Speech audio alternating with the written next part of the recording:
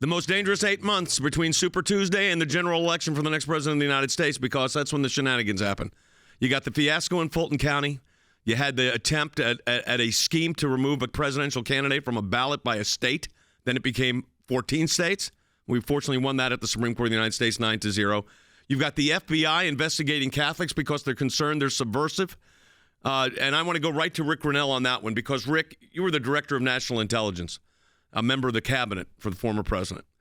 This idea that the FBI would be targeting Catholics because they're conservatives, and they said it's going, and they wanted to increase their activity. If they didn't get caught, they were increasing their activity in these 8 months. This is when they said this is the time leading up to the general election. That's in their documents. The Richmond office assessed that there's an increase over the next 12 to 24 months in the run-up to the next general election. This is their documents we got. So they were already doing this targeting thing. Now, I think we stopped them because we brought it to light. But how dangerous of a threat is that to our republic? Well, first of all, let's thank ACLJ's entire team for being at the forefront on this. But let's be clear about one thing, too, is that the FBI agents that were investigating parents, religious parents, didn't do this on their own. They were instructed to do it. And what's so infuriating right now is that we have the Democrats and the media saying that Republicans are manipulating elections. Republicans are the ones who are attacking democracy and politicizing intelligence. But we know the opposite is true. Every time they accuse us, it's because they're trying to cover up for what they're doing. They had a strategy that was to help the woke mob and to beat back parents who wanted to tell schools that they had a voice, that wanted to tell teachers that they can't just overrule parents.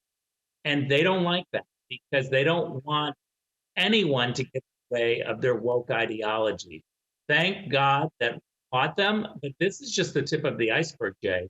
There are plenty of more strategies that the FBI is going to do, and we've got to stop them and clean house. Yeah, I'm going to talk in the next segment about a case we have in Nevada that was outrageous, talking about parents' rights. But, Andy, you worked with the FBI for a long time. I did. As a U.S. attorney. I did, and I had a lot of respect for the FBI, and for the line agents, I still have respect.